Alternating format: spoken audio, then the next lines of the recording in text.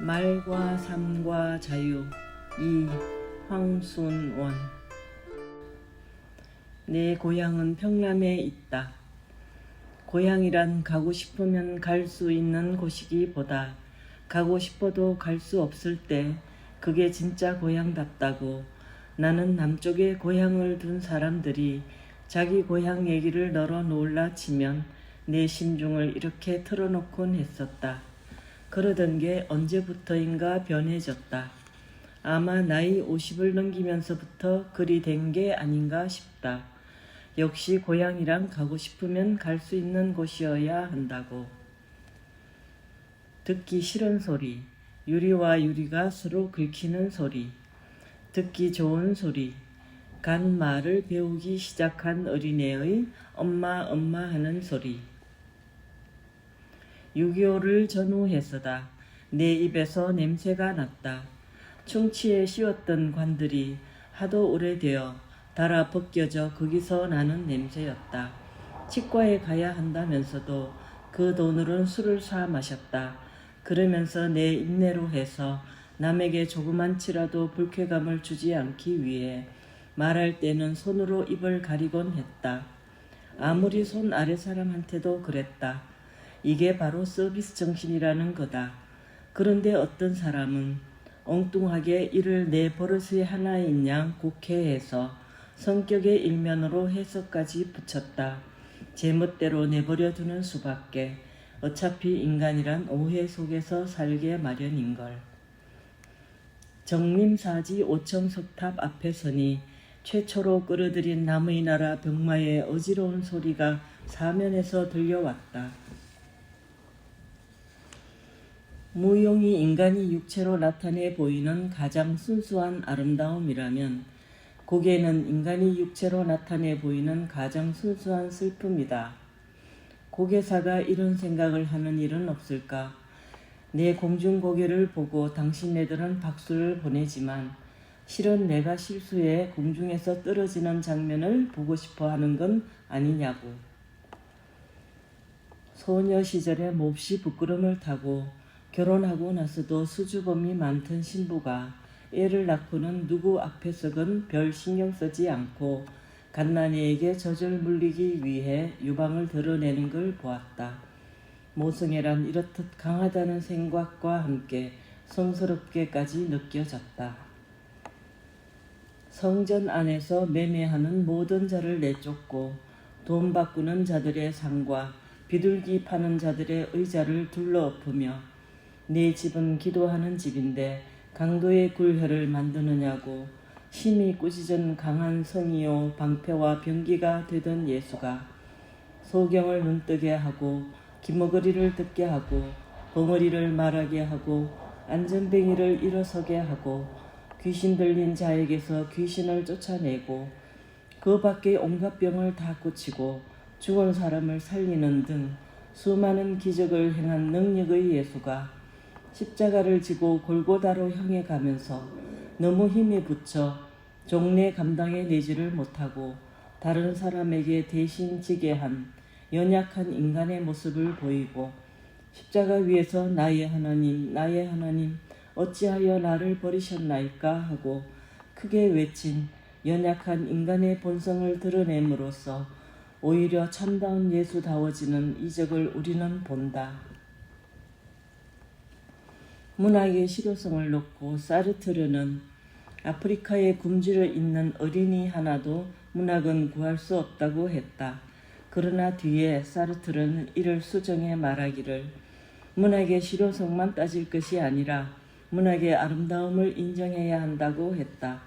그런데 향용 문학의 실효성에 대한 사르트르의 말을 인용할 때 처음 한 말을 이 세상에 굶는 사람이 있는 한 예술은 필요 없다는 말로까지 과장 변형시켜 인용하면서 수정한 말에는 이런 방구도 언급치 않는 걸 본다. 무슨 말이건 글이건 당사자가 먼저 것을 수정했을 경우 수정한 것에도 같이 관심을 갖는 게 온당하다. 수정한 것을 알고 있다면. 순수란 실생활에 있어서나 창작 행위에 있어서나 에고티즘이 배제된 상태라는 걸 다시 한번 상기해 본다. 밤중에 길을 가다가 사람을 만나는 게 제일 무섭다는 수수께끼를 나이 70이 넘도록 풀지 못하고 있다. 나는 내 책이 출판될 때마다 거의 직접 교정을 보곤 한다. 그리고 책이 되어 나온 걸 보고 번번이 실망을 한다. 분명히 교정 때 바로잡았는데 엉뚱한 글자가 박혀있는 것이다. 그리고 자간 떼기 붙이기는 말할 것 없고 행간 떼기 붙이기도 표시대로 안 되는 경우가 있다. 심할 때엔 한 면 몽땅 뭐가 뭔지 읽어낼 수 없게 되기도 한다. 무너진 조판을 되는 대로 처리해버린 것이다. 잘못이야 누구에게 있든 부실한 책이 독자의 손에 들어갔을 걸 생각하면 글을 써 책을 낸다는 자체가 불안하고 무서워지기까지 한다. 마르크스는 담배 좋아하는 사람의 악인이 없다고 했다지만 나는 술 좋아하는 사람의 악인이 없다고 하고 싶다. 우리나라에는 자유라는 말 하나가 있을 뿐인데 영미에는 리버티라는 말과 프리덤이란 말 두 가지가 있다. 영국의 비평가 허버트 리드에 의하면 리버티라는 말은 리버티는 시민의 권리다 할 때처럼 사회적인 실제적인 경우에 쓰이고 프리덤이란 말은 추상적인 철학적인 경우에 쓰인다고 한다. 예를 들어 예술가에 있어서 창조의 프리덤이라고는 하지만 창조의 리버티라고 하지 않는단다. 그럴듯하다 싶어 고개가 끄덕여진다. 그러나 두 가지 자유건 하나뿐인 자유건 얼마큼 올바로 누릴 수 있느냐가 중요하리라. 집에 화초 몇 분을 기르고 있다. 내 나름대로 꽤 정성 들여 가꾸고 있다. 그런데도 잎끝이 마르는 수가 있다. 난초 경우인 경우 잎끝이 본래의 모양에 가깝도록 뾰족하게 가위로 다듬어 준다. 얼마를 가면 또 말라 다듬어 준다. 그러던 것을 얼마 전부터 그냥 내버려 두고 있다. 일일이 손보기가 귀찮아진 것이다. 잎끝들이 말라갔다. 노랗다가 젓갈색으로, 다음은 흑갈색으로 변해갔다. 같은 잎에서 마른 지 가장 오랜 부분은 흑갈색으로, 다음은 젓갈색으로, 갓마른 부분은 노란색으로 구분지어졌다. 보아오는 동안 마른 잎의 이러한 변화가 자연스럽게 여겨졌다. 마른 부분을 굳이 없앤다든가 또 인위적으로 원래의 잎 모습으로 만들어 보려고 애쓴 게 얼마나 부자연스럽게 생각되는지 몰랐다. 패배에는 상대방에 의한 패배보다는 자기 자신에 의한 패배가 더 많다. 수박을 먹으며 돼지는 여기 또 하나의 기적을 보이고 있다. 겉의 얼룩진 푸른 빛은 땅속 어디에 숨겨뒀던 것이고 안의 붉은 빛은 땅속 어디에 숨겨뒀던 것이고 단맛과 함께 그 많은 수분은 땅속 어디에 숨겨뒀던 것이고 이들을 한데 모아 둥근 덩어리로 빚은 솜씨는 땅속 어디에 숨겨뒀던 것인고 그래 나는 무슨 대단한 일을 한다고 이 기적을 그냥 지나쳐 왔는고. 재작년 일이다. 라디오 방송 정오 뉴스 때 아나운서가 권색 양복이 어쩌고 저쩌고 하는 말을 듣고 방송국에 전화를 걸어 권색이라는 말의 잘못을 바로잡아 주었다. 권색을 한자로 쓰면 감색감, 빛색의 감색인데 이를 일본말로는 권이로라고 읽는다.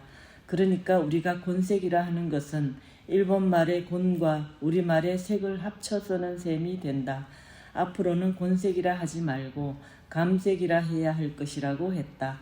혹시 감색을 먹는 감 색깔의 뜻으로 잘못 받아들이면 어쩌느냐고 해.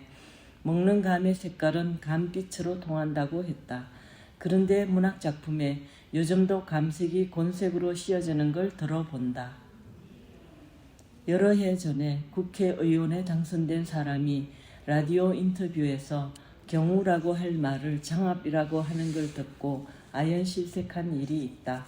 장합은 일본말로 바아이라고 읽어 경우를 뜻하는 말이다.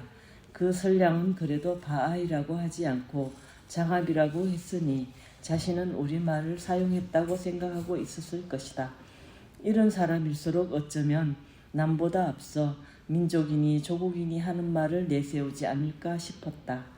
그런데 최근 우리나라 소설에 일단이라고 할 말을 일응이라고 쓰는 사람이 있어 그만 의안이 벙벙해지고 말았다. 일응은 일본말로 이지오라고 읽어서 일단 우선의 뜻을 나타내는 말인 것이다. 장합과 같은 예이다. 경부선은 서울 부산선을 말하고 경인선은 서울 인천선, 경춘선은 서울 춘천선을 말한다. 예전에 서울 신의주선을 경의선이라 하고 서울 원산선을 경원선이라 했다. 여기에 경은 무엇을 뜻하는가? 물론 경성을 뜻한다. 그러면 경성이란 호칭은 언제 붙여진 것인가? 1910년 조선 총독부령 제2호로 붙여진 이름이다. 그러면 경성 이전엔 뭐라 불렀는가? 한성이라 불렀다.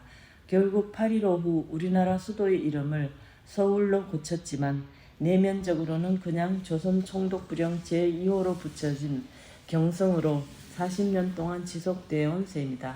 이대로 괜찮은 건지 모르겠다. 예술가는 약자의 벗이라고들 한다. 나는 약자는 예술가의 벗이라고 하고 싶다. 백발은 영화의 면류관이라 의로운 길에서 얻으리라. 내 머리가 희끗 거리기 시작하면서부터 나는 이 말을 두려워하기 시작했다.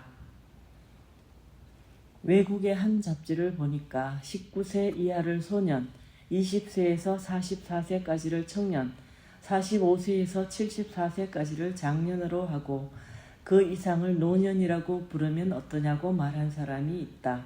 이 기준에 의하면 나는 아직 장년축에 든다. 그래서 어쨌다는 건가? 19세의 노인이 있을 수 있고 75세의 청년이 있을 수 있는 것을.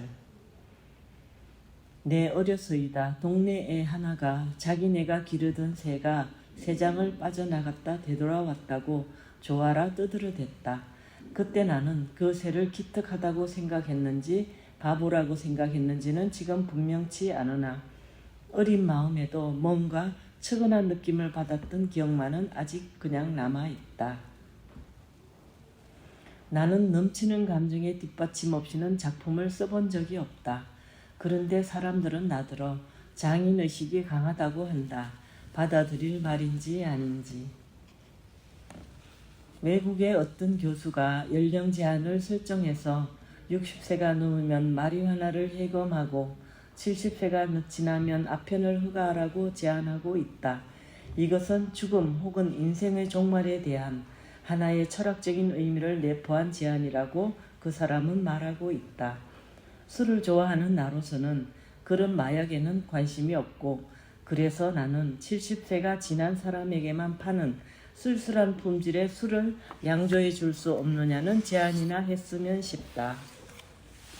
1986년 1월 3일 서울 지방에 대설경보까지 내릴 정도로 눈이 푸짐하게 내렸다.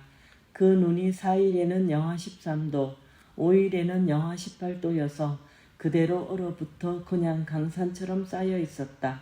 그런데 5일자 신문과 라디오에서는 강추위라느니 강추위가 며칠 더 기승을 부릴 거라느니 하고 보도들을 하고 있다.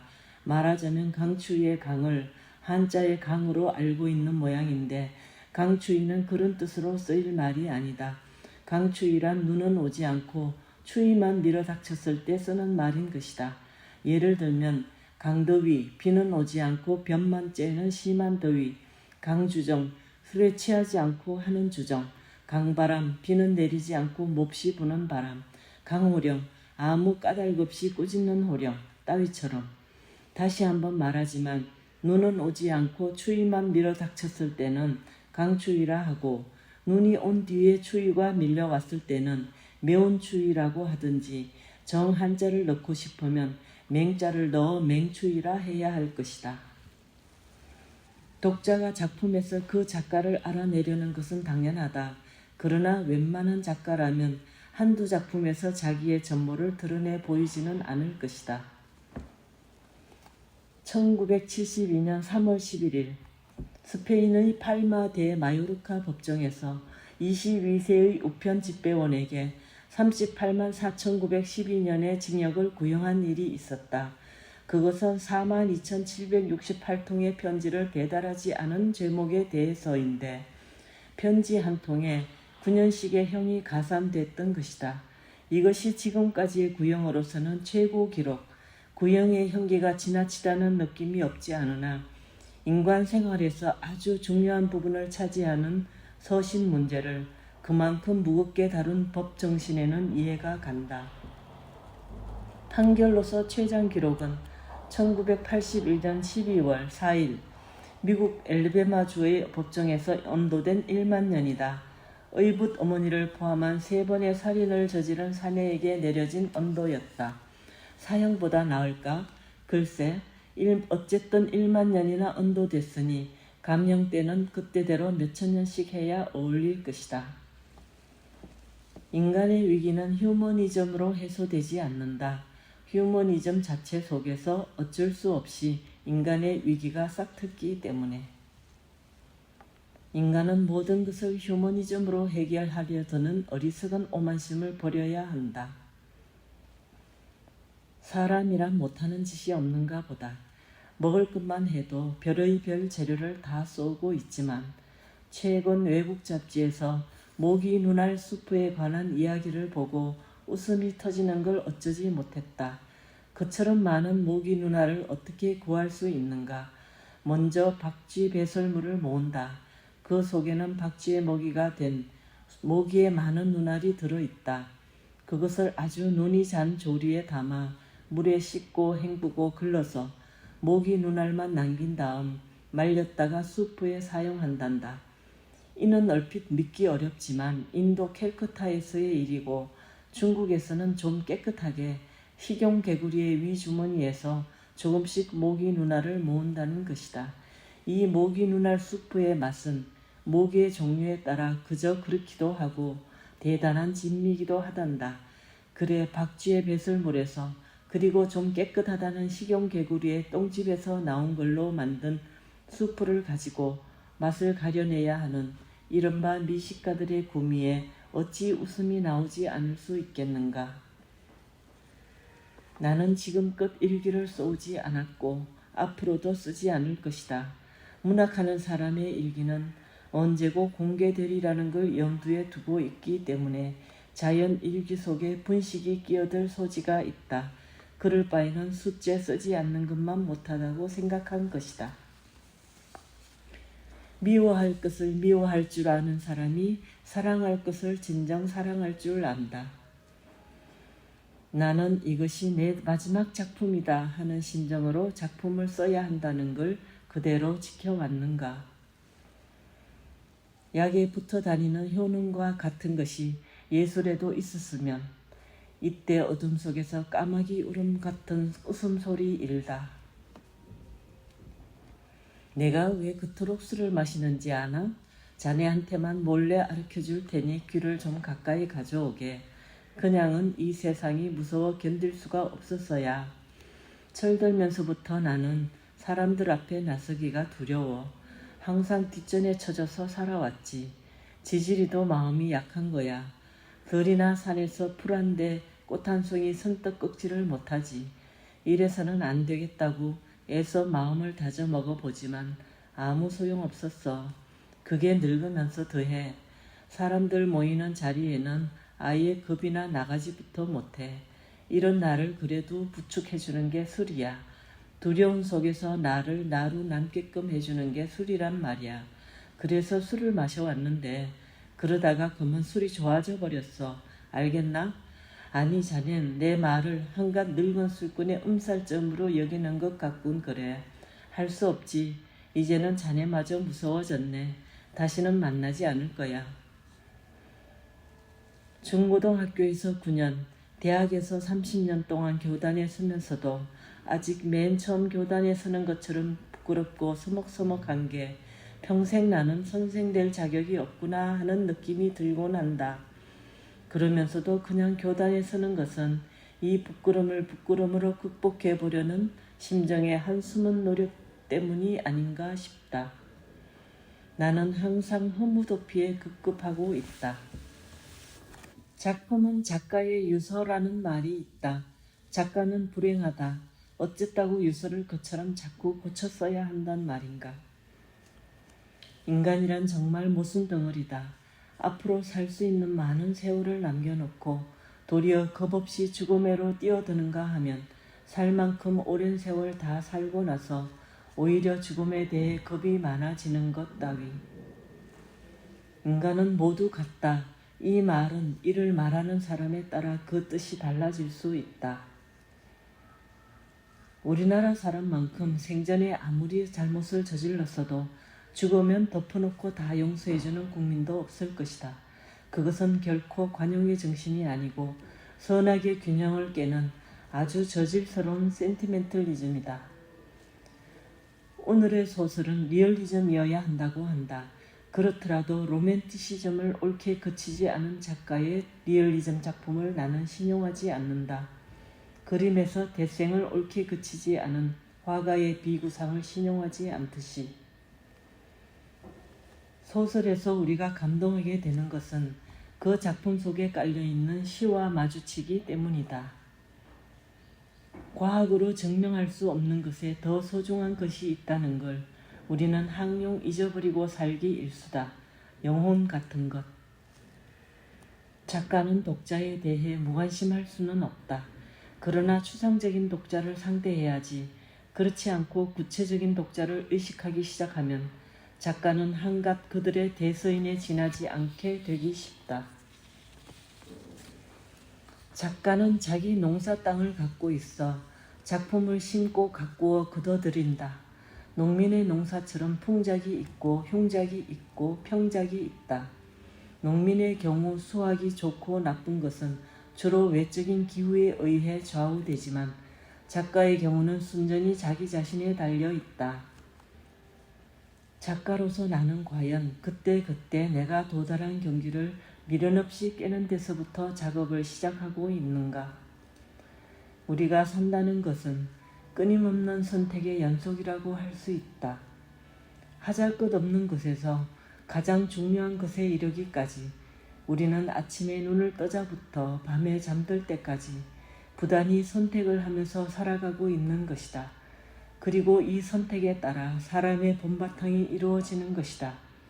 그래서 선택을 신중히 해야 하는 것인데 혹시 타의에 의해 마지못해 선택했다 하더라도 일단 선택한 이상 그것은 다름 아닌 자기 자신의 선택이 된다는 사실을 잊어서는 안 될 것이다.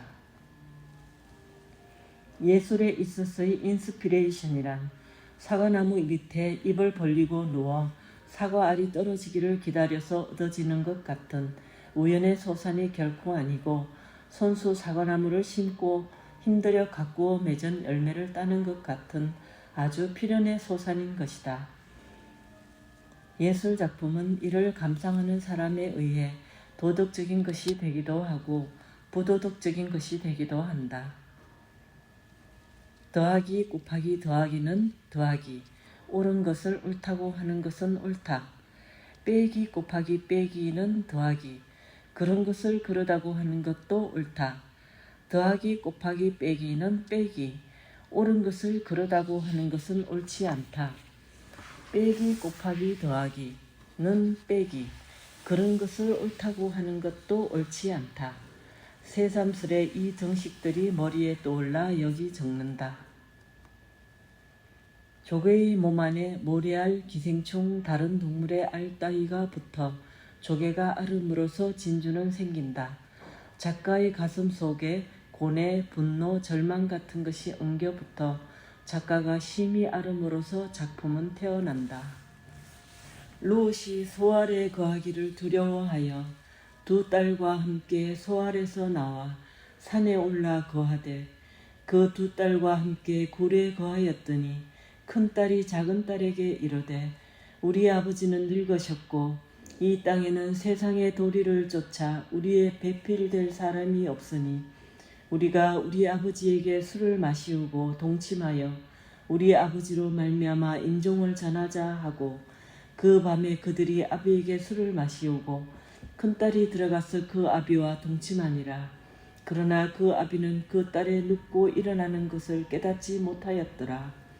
이튿날 큰딸이 작은딸에게 이르되 어젯밤에는 내가 우리 아버지와 동침하였으니 오늘 밤에는 우리가 아버지에게 술을 마시우고 네가 들어가 동침하고 우리 아버지로 말미암아 인종을 전하자 하고 이 밤에도 그들이 아비에게 술을 마시우고 작은 딸이 일어나 아비와 동침하니라. 그러나 아비는 그 딸의 눕고 일어나는 것을 깨닫지 못하였더라. 롯의 두 딸이 아비로 말미암아 잉태하고 큰딸은 아들을 낳아 이름을 모압이라 하였으니 오늘날 모압 족속의 조상이요 작은 딸도 아들을 낳아 이름을 벳남미라 하였으니 오늘날 암몬 족속이었더라. 이처럼 긴 인용을 한 것은 구약 창세기 시대에 이미 근친상간이 있었다는 것을 말하기 위해서가 아니고 성서에는 무엇이든 있는 그대로 숨김없이 기록하는 엄정함이 있다는 것을 말하고자 했소이다. 너무 소중하여 오히려 그 소중함을 잊기 십상인 것에 공기가 있다.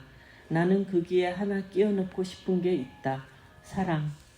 사람이 세상 떠나는 것을 돌아간다고 한다. 이 뜬 세상에 한낱 길손으로 왔다가 죽어 본향으로 돌아간다고 우리네 선인은 생각했던 것이다. 어느 술자석에서다 무슨 말끝인가 쇠고기가 화제에 올라 나는 쇠고기를 어떻게 먹을 수 있느냐 내 작품에는 소고기로 쓰고 있다고 했더니 동석한 원로 국어학자의 말이 그건 소의 고기가 준 쇠고기가 맞는 말이란다. 그래서 내가 우리나라의 짐승의 고기를 말할 때 소유격을 붙이는 법이 없지 않은가. 염소고기를 염쇠고기라 하지 않고 사자고기를 사제고기라 하지 않듯이 그래도 그 국어학자는 소의 고기가 준 쇠고기가 맞는다고 한다. 그래 내가 다시 소주가 쇠주로 변하는 것도 소의 주가 주로 쇠주로 된 것인가. 잘은 모르지만 소의 오라는 훌소리가 혼자 있기 외로워 이를 불러들여 외로 된 걸로 보여지는데 어떤가. 그래서 표준말을 제정할 때 유언 중에 현실음을 취하자고 주장한 사람이 있어 소고기가 쇠고기로 된 건 아닐까? 그러나 원로 국어학자는 끝내 소의 고기가 주로 쇠고기가 됐다고 자기 설을 고수했다. 아무리 그가 원로 국어학자라 하더라도 이것만은 종래 수긍이 안 갔다. 인간의 아름다움과 추함은 객관적 기준만으로 따질 일이 아니다. 오히려 주관적 판단이 많이 작용해서 좋은 것이다. 그렇지 않다면 이 세상의 인간관계, 특히 남녀관계의 묘미는 대번에 사라져버리고 말 것이다. 인간이 다른 동물과 다른 점은 다른 동물이 못 가진 글자를 인간은 가졌다든가 다른 동물이 못 지니는 비밀을 인간은 지닌다든가 하는 데 있기보다는 다른 동물이 생각지 못하는 내세를 인간은 있다고 생각하든 없다고 생각하든 생각할 수 있다는 데 있지 않을까. 내가 영혼이니 사랑이니 하는 말을 하는 것은 비정하게 막아서는 어둠 앞에서 우리 모두의 꿈을 보존하기 위한 내 외로운 기도를 뜻한다. 밝은 데서는 어둠 속이 잘 들여다 보이지 않는다. 어두운 데서는 밝음 속이 잘 들여다 보인다. 1986 3월